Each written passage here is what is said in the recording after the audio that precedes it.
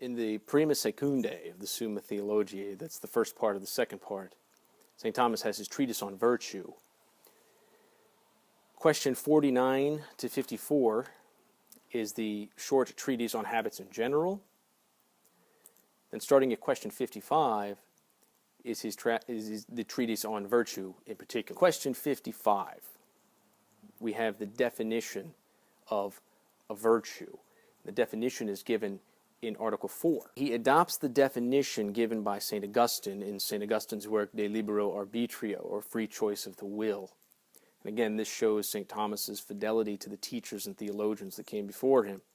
The definition is a good quality of the mind by which we live righteously, of which no one can make bad use, that God works in us without us. The first time I came across that definition, I thought it was rather lengthy and clumsy with all of these phrases kind of tacked onto one another like tinker toys, until I came to understand how Thomas thinks of a definition.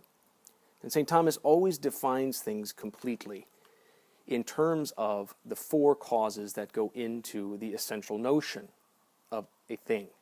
For review, the four causes, of course, are the efficient cause, the formal cause, the material cause, and the final cause. And St. Thomas adopts these from the teacher he calls the philosopher, which is Aristotle. The first and the fourth, the efficient cause and the final cause, are extrinsic to the thing itself.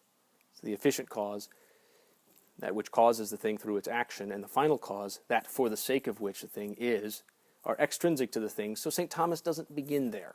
He begins with the formal cause and the material cause. Now, it is within the formal cause that the classical notion of definition, in terms of genus and species, is given. The genus of a virtue is that it is a quality. So, within the 10 categories, it's not a substance, but it is a quality. Specifically, it is a good quality. The genus and species of virtue, it is a good quality. Now, that is the remote genus, which is quality. And St. Thomas even explains in the body of the article of question 55, Article 4, that a better definition, the more proximate genus, would be habit. So a virtue is a good habit. Now, the matter of a virtue, that's precisely here that things get very interesting, and this shows kind of the beauty and the complexity of St. Thomas's thought. What would be the matter of a virtue? Well, of the 10 categories, virtue is not substance. Virtue is a quality. Qualities typically are not understood in terms of matter and form.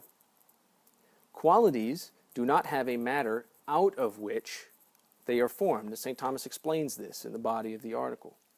However, qualities do have a matter about which they are concerned, and they have a matter within which they exist. Now, the matter about which a quality is concerned is extrinsic to the thing. It's extrinsic to the quality, so it wouldn't fit into the essential notion of a virtue. But the matter within which a quality resides would fit into the essential notion of a virtue. The mind is like matter in the sense that virtue resides in the mind. Virtue is a good quality of the mind. In his reply to the third objection in question 55, Article 4, St. Thomas goes into this concept that virtue exists in the mind as its subject. And actually, even in the next question, question 56, which concerns the subject of virtue, Thomas goes into this even more. But in reply to question 3, he does mention that virtue, properly speaking, has to exist in the mind. It can only exist in an irrational part of the soul insofar as the irrational part can participate in reason. Huge topic, participation in reason. This is a theme that permeates all of St. Thomas's thought. Now, the final cause of virtue, that for the sake of which virtue is, Thomas says, following St. Augustine, a virtue is a good quality of the mind by which we live righteously. That's the final cause, or that for the sake of which virtue is. And he also, following Augustine, adds the qualification, of which no one can make bad use.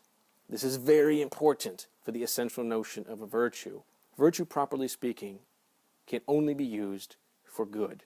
Now, the efficient cause of virtue, given in this definition, is the final phrase, what God works in us without us.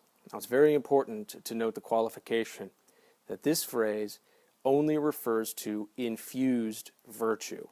It does not refer to the acquired moral virtues. And again, this shows St. Thomas's fidelity to the theologians that came before him, because he's being faithful to St. Augustine's definition of virtue. For the efficient cause of acquired moral virtue, you'd have to go back to the treatise on the habits, where in question 51, 52, and 53, he outlines the causes of acquired virtue, and then also in question 63 of his treatise on the virtues.